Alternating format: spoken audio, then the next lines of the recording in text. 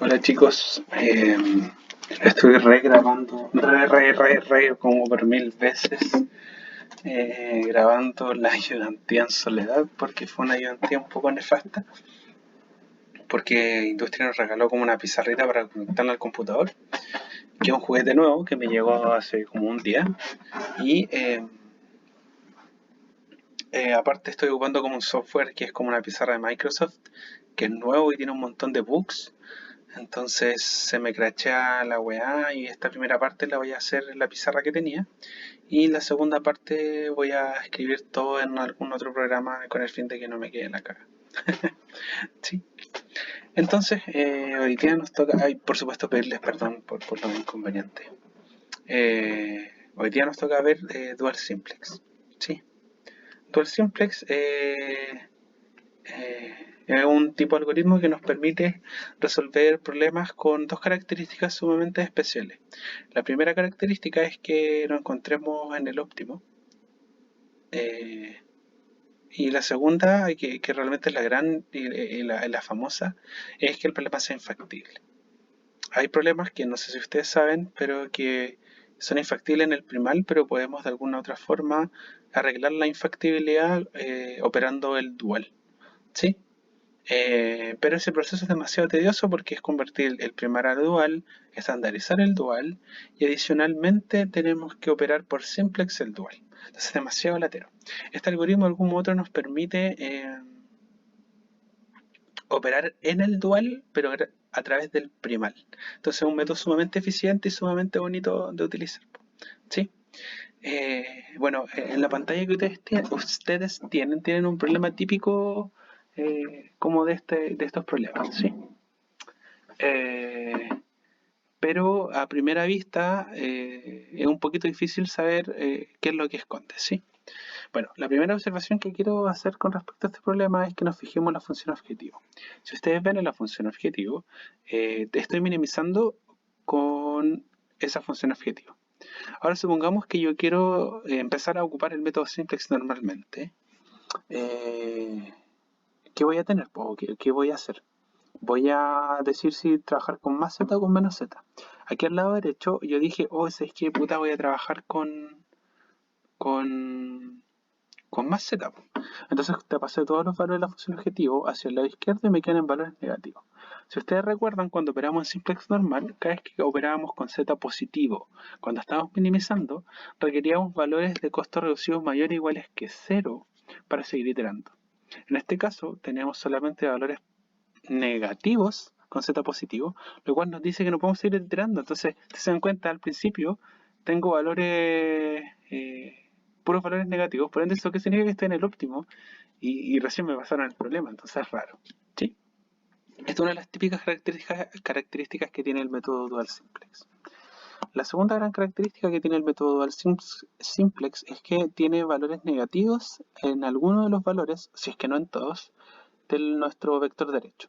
En este caso, si se dan cuenta, tengo puros valores positivos, pero aquí, este que está aquí, el 150, tiene una restricción del tipo mayor o igual. Si es que yo multiplicase esto por menos 1, tendría un valor negativo. Si ustedes no me creen, si es que no me equivoco, porque no he analizado esta función, o sea, esta región factible, debería ser infactible. Entonces, adicionalmente, como dije, estoy en el óptimo en un principio y adicionalmente eh, tengo una región que es infactible. ¿Sí? Entonces, ahora vienen dos preguntas. Pues. La primera pregunta es cómo resolvemos el problema. Bueno, la primera opción es resolverlo por simplex, lo cual es sumamente tedioso. ¿Por qué? Y aquí voy aquí abajito. Porque para resolver el método simple, para resolver por método simplex, entre comillas normal, tendríamos que sacar el dual, después agregar las variables de holgura y adicionalmente sacar o resolverlo por método simplex, el dual. ¿Sí? En cambio, si operamos por dual simplex es mucho más rápido porque nos permite operar el dual, pero gracias al primal. Entonces es demasiado eficiente, es maravilloso. Ahora, ¿por qué podemos ocupar el dual? Es porque, y aquí tenemos este teorema que es bonito, porque el dual y el primal convergen siempre al mismo óptimo, ¿sí? Entonces ya teniendo estas cosas en cuenta, cachamos que el dual simplex es una weá pero maravillosa. Entonces vamos a pasar ahora y vamos a hablar un poquitito del algoritmo. Aquí tengo que borrar, quiero borrar esto que está acá. Ya, entonces dentro del algoritmo quiero hablar sobre 3 observaciones que son sumamente importantes. La primera observación realmente un poco superflua, súper tonta, pero es que este algoritmo de alguna forma es como un espejo del simplex normal. ¿Por qué? Porque en el simplex normal primero hacemos que las variables entren, vemos que variable entra y luego que variable sale. Y en el simplex dual vemos que variable primero sale y luego entra. Importante, ¿sí? Pero ahora vienen 2 observaciones que son sumamente importantes para saber si podemos aplicar el método dual simplex o no. La primera es que tenemos que sí o sí tener un valor dentro de nuestro vector derecho que sea menor que 0. Si es que no existe ningún valor que sea menor que 0, tenemos que dar la posibilidad de poder convertir, entre comillas, algún valor así. Y si es que no podemos, si se mejoran esto, hacer dual simplex. En el caso que sí, en el caso que se cumpla, tenemos que chequear la segunda condición, ¿sí? La segunda condición corresponde a la función, a los valores de, o está ligada a los valores de la función objetivo. En este caso, si es que estamos minimizando, todos los valores de la función objetivo deben sí o sí ser mayores o iguales que 0. Importante. ¿Por qué? Porque esto significaría que estamos en el óptimo y una de las condiciones que necesitamos en el dual simplex. En el caso que estemos maximizando, necesitamos que todos los valores en nuestra función objetiva sean menores que 0. Importantísimo. Sí, porque significaría que también estaríamos en el óptimo. Estas dos condiciones funcionan de la manera que si es que una de las dos no se cumple, no podemos ocupar dual simplex. Importante considerar, ¿sí? Entonces, una vez ya dicho esto, quiero que empecemos a hablar sobre el algoritmo en sí. Ya, el algoritmo, antes de empezar a ver los pasos que tiene, me gustaría destacar 3 cosas importantes. La primera es cómo escogemos la base. Por supuesto, como un algoritmo que se parece a método simplex, tenemos que escoger una base.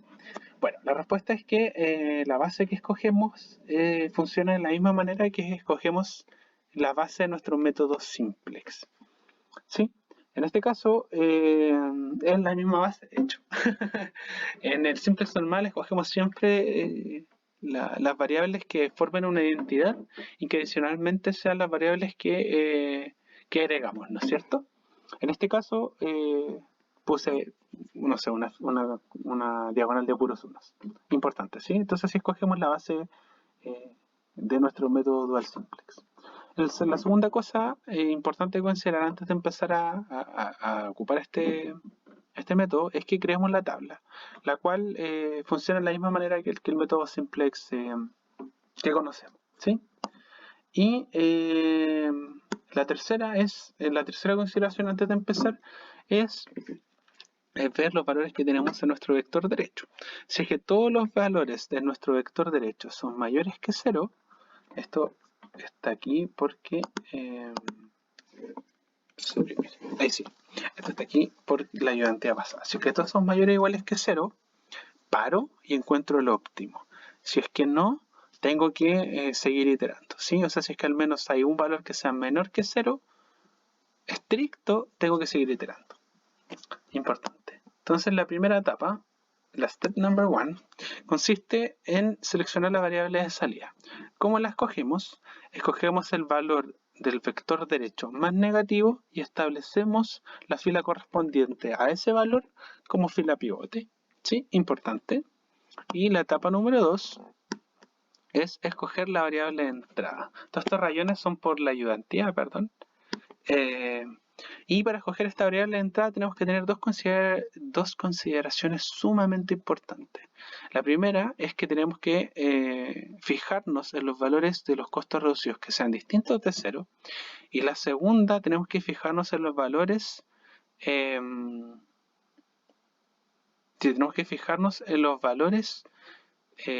nuestra fila pivote que sean menores que 0.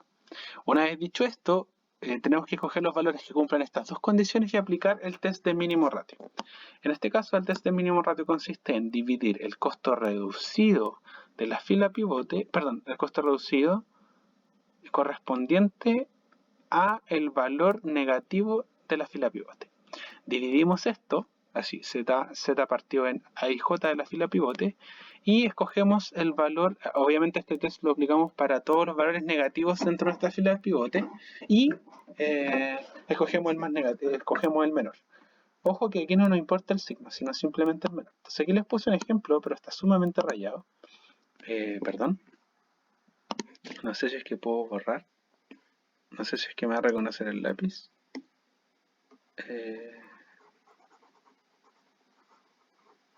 Ojalá no se me quede pegado el computador, porque me ha pasado muchas veces.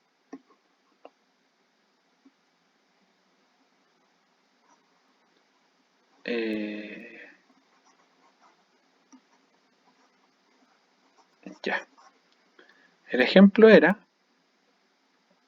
que supongamos que yo tengo mi fila pivote, la cual corresponde a ese 1, con valores, no sé, 1, menos 2, 1, 2, y tengo z, valores 0, acá, por ejemplo, pongamos menos 2. Tengo valores 0, 1, menos 1, perdón, 2 y 0. Menos 2 y 0. Tengo que fijarme primero en el primer criterio. ¿Sí? ¿Cuál es el primer criterio? Fijarme los valores de z que son distintos de 0. En este caso, estos dos aplicarían, ¿no es cierto? Ahora debo fijarme en los valores de la fila pivote que sean menores que 0. ¿Sí? En este caso, el único que sea menor que 0 es menos 2. Por ende, este queda eliminado, y este igual me sirve. ¿Pero por qué no lo tomo? Porque el valor de z es 0. Entonces esto también queda eliminado. Por ende, hago el test de mínimo ratio acá, y esto por supuesto va a estar asociado a una variable. En este caso podría ser x1, x2, x3 y x4. Lo cual que significaría que x2 es la variable que entra a la base. Y S1 sería por supuesto la que sale porque nuestra fila pivote. ¿Sí? Una vez ya hecho el test, escogemos la columna pivote y listo. Nuestra etapa número 3 es reducir gaussianamente. Como reducimos gaussianamente, igual que en el simplex normal como lo conocemos. ¿Sí? En este caso, hacemos que la intersección entre la fila y la columna pivote sea 1 y todos los valores de la columna pivote sean 0. Una vez ya operado esto, tenemos que hacernos la pregunta de optimalidad. Chuta, acabo de bajarla, mira acá. ¿Cuál es la pregunta de optimalidad? Es que si existe algún valor dentro de nuestro vector derecho que sea negativo. Si es que no hay ningún valor en nuestro vector derecho que es negativo, paramos y encontramos el óptimo. Y si es que hay algún valor que es negativo, tenemos que ir de nuevo a la etapa número 1, escoger el vector de salida, perdón, la variable de salida, escoger la variable de entrada de la etapa número 2 y volver a reducir gaussianamente, volver a hacernos la pregunta y ver qué pasa. ¿Sí? Así hasta encontrar puros valores positivos en nuestro vector derecho. Eso, chiquillos. Vamos con el ejercicio ahora.